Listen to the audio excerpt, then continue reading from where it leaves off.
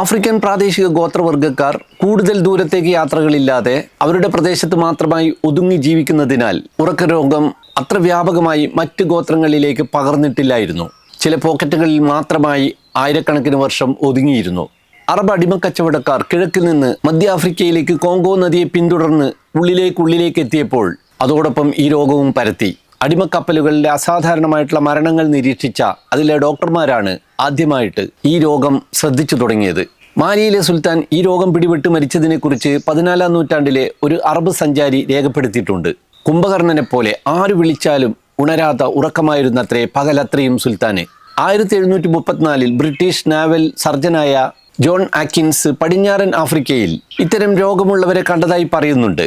അടിച്ചാലും കുത്തിയാലും മാന്തിയാലും ഉണരാതെ ഉറക്കമുള്ളവരെ കുറിച്ച്. വേറെയും പല നാവികരും ഈ രോഗത്തെക്കുറിച്ച് എഴുതിയിട്ടുണ്ട്. എന്തായാലും 1901 ഉഗാണ്ടയിൽ ഈ രോഗം ബാധിച്ച് 2.5 ലക്ഷത്തോളം ആളുകൾ മരിച്ചു.